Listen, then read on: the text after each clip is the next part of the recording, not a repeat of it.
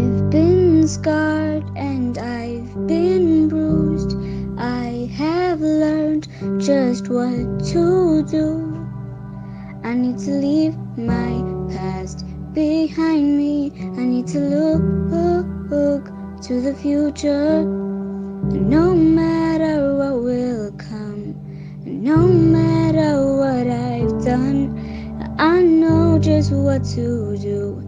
And that's all because of you.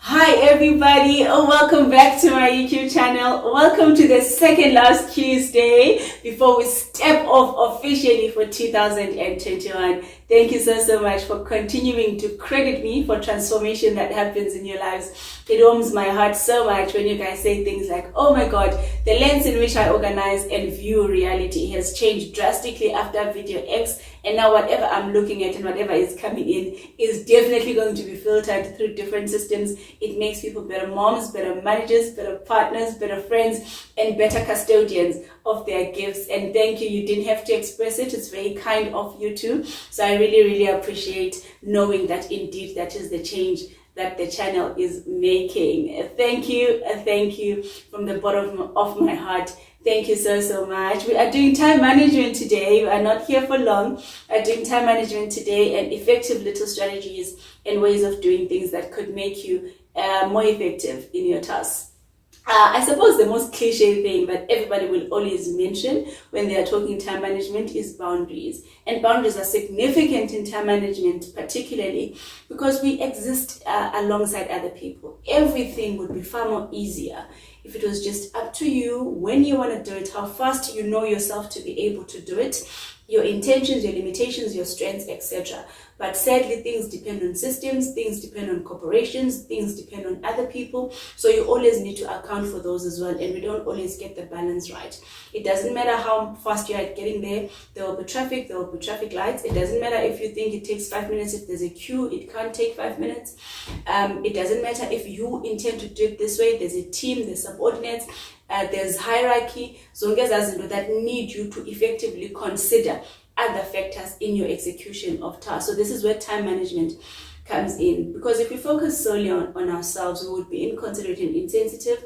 If we focus solely on others, we would rescue and injure our own cause and injure our own intentions. So this is where boundaries come in time management.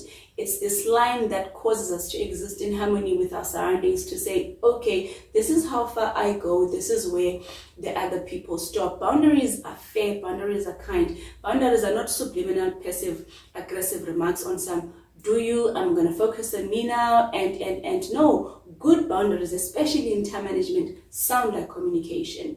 They say things like, I don't have the capacity to do that today. If you still need it by Friday, please remind me at time X. Then that task is completely off your hands. You've set a boundary for yourself to say, although the need is valid, because this is what makes people ignore their own boundaries, because usually the things that need their attention are usually valid.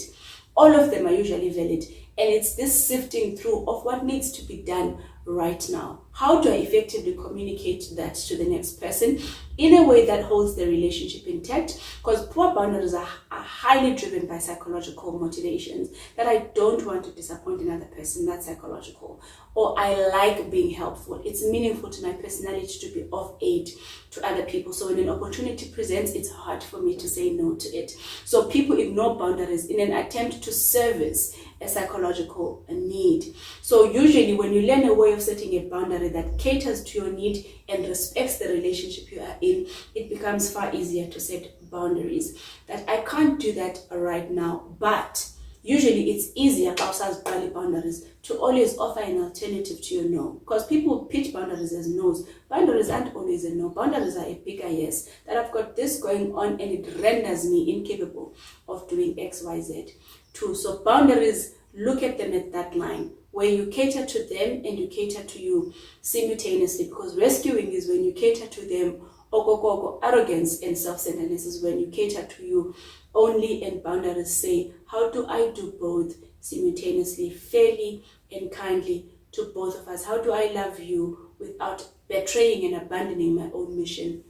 And how do I serve me without disregarding the value of social relationships and the help of other people that are around my space. So that is the most significant thing you can do in time management. Keep your boundaries in check. How frequently do you say no? If you struggle to say no, do you offer alternatives so that the no can be palatable to you? Uzokwazi uyinyamezela if ungumuntu ongakwaziyo ukuthi hayi. Of course, there'll always be a pushback when you set boundaries. If you set a boundary and there isn't some degree of resistance, some degree of subliminal punishment, then I take it the boundary is invisible. There has to be some behavioral shift after you've set a boundary that acknowledges the line that wasn't there before. The better you are at setting boundaries, you will learn to set boundaries early on, because boundaries set too late harm relationships, because there's usually a precedence you've already set, and all of a sudden you're introducing a new thing and people are often feeling, what did I do wrong this time? And then you want to fix that you didn't do anything wrong. Then you adjust the boundary a little to accommodate them. So a boundary is spoken early on, clarifies the standpoints, and that person understands what to expect and what not to expect of you. So mismatched expectations are a hindrance to time management, because then we go to compensating when the boundary setting has failed. So yes, I suppose another important thing in time management is disclosing limitation to yourself. It's very difficult to maintain something when you don't understand the intrinsic value of it. So when you don't understand why I need to save my time, it doesn't matter how many people police you, it doesn't matter how many people yell at you, it doesn't matter how many people are perpetually disappointed at you not delivering on time or not delivering consistently. If you yourself do not understand your personal limitations and why you need to manage your time more effectively, it's difficult. It's difficult to stick with the things that you've set. It's difficult to defend your time plan, because if value you attach behind why you need this time plan isn't so strong. This is why self-knowledge is key in time management. If you don't know yourself well, you're going to lap up every technique that the internet says, even if it's very incompatible with your way of doing life and your way of doing things and the people that you live around, because you don't know yourself well enough. I know personally, I've gotten better with time, but all things that needed me to be incredibly extroverted as a time management technique would be a useless strategy to learn early on, because it just does not gel well with my personality. But things that need prudence, things that need conscientiousness, those things are far easier. So your scheduling, your diaries, your mind mapping, your to-do list, they were compatible with who I am. But if you were to give those to someone who's wired completely different from me, though they work, they don't work for them. And you won't tell the difference if you don't know yourself well enough. You will lap recommendation after recommendation after recommendation, collecting an evidence of you failing at things, because uzayizama ingasebenzi, not because the strategy itself is ineffective, because it just does not tie in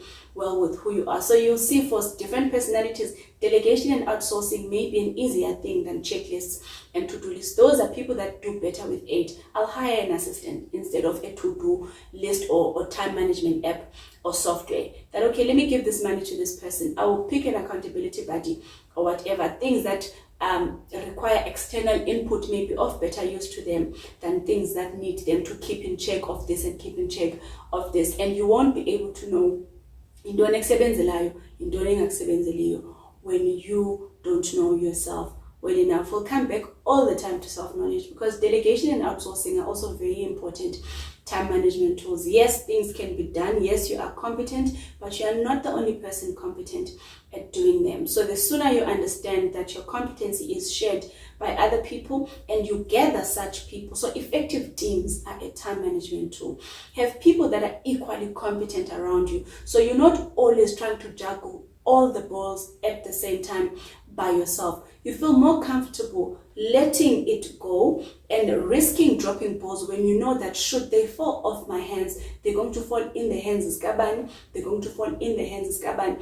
Because people that grasp on task and do everything by themselves, there's usually a trust issue at the back. They know or believe they cannot count on everyone else or cannot ask for help. And usually those things are also psychological things. This is why your therapy for me has been the ace up my sleeve when it comes to time management, because the things that have proven to be hindrances in my attempt to manage my time actually had very, very high psychological motivations. So delegation may seem effective, but actually if you have trust issues, you're not going to be able to delegate very well. So yes, they work, but that ability that makes you execute them kakuhle has a psychological motivation behind it.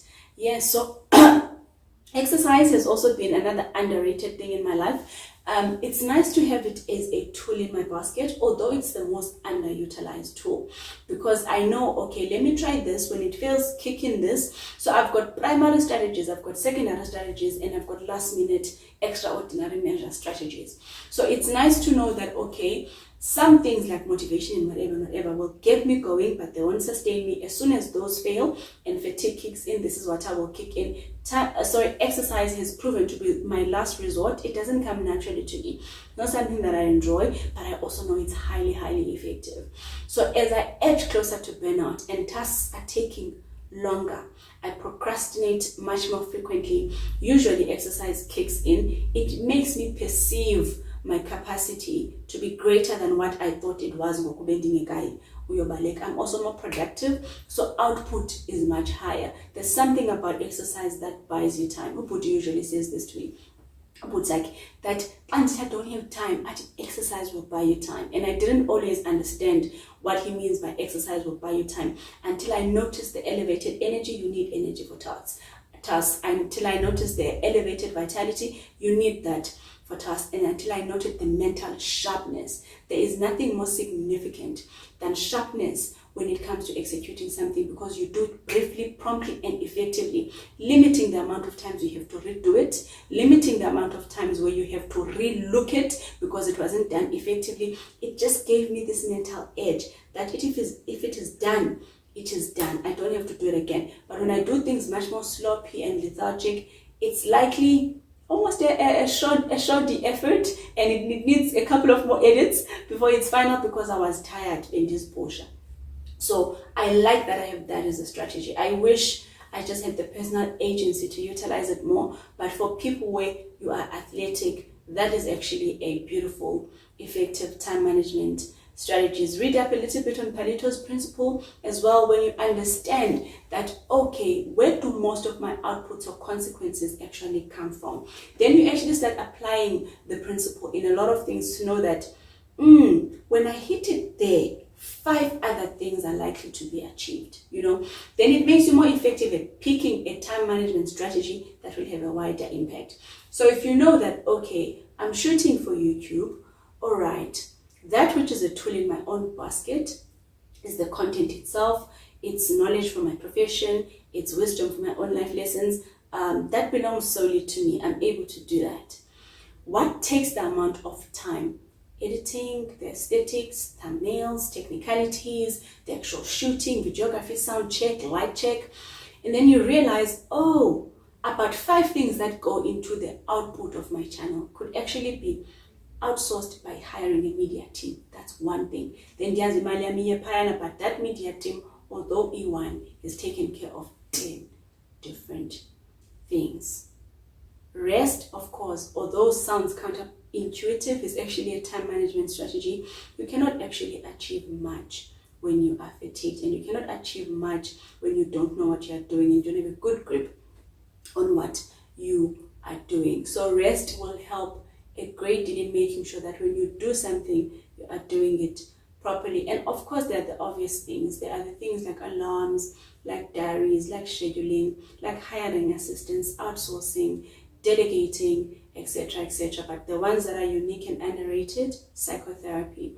Go to therapy so that you spend less time doing things as ineffective, by learning how to unlock your own genius system. All of us have a genius system. Those are personality traits, those are patterns, those are a whole lot of behavioral strategies that if you understood your own combination password, you would apply it promptly and more effectively, instead of letting mistakes teach you, and instead of letting consequence teach you. psychotherapy is a time management tool. So if you didn't have another reason to go in terms of psyche, now you have another reason to go. Go solely for the purposes of managing your time more effectively. The fact that I solve problems in 15 minutes doesn't mean I'm ineffective at solving problems independently. It certainly means in isolation, outside that expert data, I would have taken longer. And the more things in my head, Yoko is a solver, the less available I am to more things. So therapy making me able to achieve a higher form, a clarity of thought. Psychotherapy. I had notes somewhere. Where did I put them? Please hand me.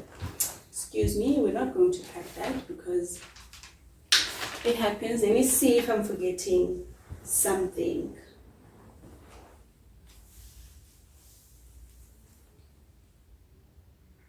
No, I think we have done a lot already. You will read up on your own on the Pareto principle. And I think one thing that helped me significantly, was, having a bigger yes. When you understand that most things are important, but not all of them are urgent. And I don't want them in the same way. I want a lot of things, but there are a couple of things that I want the most. So it's always easier when I'm really pressed for time to decide, is it urgent? And maybe sometimes the answer is yes, it's urgent, it's important, and I want it. Does it have to be done by you? Does it have to be done right now? Are always important questions to ask yourself when you're trying to effectively learn how to manage your time. You will look on the internet on techniques. I'm not big on techniques, I'm big on drivers. What drives behavior? Why do you do the things that you do? Why do other people do the things that they do? Because once you change those, output becomes different. So I'm a believer in closing the running tap instead of learning little strategies on how to quickly mop the floor. So psyche for me is important. Behavioral drivers for me are important. Why is it hard for you to say no? Is it urgent? Do you have a sense of urgency? Or are you just a laissez-faire person who does things on cruise control? Yes, you want all of them. Do you have something that you want the most? Then it's easier to be like, oh, I want all of that. I want to be helpful. I want to be dependable. I want to be of assistance. I want that. But that I want the most. Then you treat your time management techniques as a bigger yes than a no to people. It's not nice to say no. It's really not nice to say no. Then when you're like, I have a bigger yes, it always makes you tolerate the discomfort that comes with setting limits of time management. And denial will trip you over. Do not deny that there's 24 hours in a day. The human body has limitations. You can't do everything, not all at once. And while you are thinking you are invincible, and these are very childlike ways of thinking, when you've come to look at your models and it just looks like abana high, they're able to do everything, you start looking up to perceived invincibility. That okay, this largeness, this uniqueness from the rest, that other people are weaker. Ubani that I used to look up to. They were always capable, they were never tired, they were. And you realize that you've got the subconscious pattern of denying human limitation, denying human vulnerability. You're going to get sick, you're going to burn out, and then you are ineffective anyway, and you're going to dismally fail yourself in your life mission if you don't quickly learn how to sort out your priorities in terms of urgency. And yes, things are significant. You're not stupid. You wouldn't try to do them if they were insignificant. Of course, they're significant. But are they more significant in value to that one thing that you are trying to do? So once you have a goal and you pledge a commitment to it, then you understand that every time I miss a party, every time I miss Indoga's band, that's because I was saying yes to that. And when you've built solid relationships and when you communicate well to your people, then history and prior dependability buys you time to drop the ball a couple of times, unless you're a perfectionist, of which that's another thing you must then address in therapy. So yes, 24 hours in a day, you don't have endless time, you don't have endless capacities. Disseminate according to value, disseminate according to priority, delegate, outsource, have a time plan that suits your personality, and defend your time plan with all your might. Introspect regularly. on what it is that needs my attention. You can't manage things that you don't know. So when you're a person that is always here and here and here and here, you have little time for introspection, and therefore you are hardly ever touched by your experiences. As ikuthathi uyazi bani nansi ebalulekileyo nansi enobuzaza, because you are not with a thing long enough for it to have depth in terms of meaning and understanding its significance. So yonke into iba insignificant because zonke izinto uzinika i-fraction awuduyaze yona in main thing. Therefore very difficult to say 80% of my effort will go there, 20% there, because awuyazi kahle nobuzaza bayo nobunzulu bayo ikangaka, because I was avail kubunzulu. Presence is necessitated for you to know how to prioritize, because into ukuze kuxabiseke funeka uyazi ixabiso layo, and when you are here and there and there and there and there, nothing will touch you, nothing will cost you, nothing will impact you, because you don't avail yourself to that level of thinking. Therefore you hardly will ever know into ebaluleke ukugqitha zonke izinto to me and my soul, my functioning and my dreams. I hope that has been most helpful to you. I'm going to see you when I see you next week, and that will be the last time I'm seeing you this year. Thank you again. See you next time.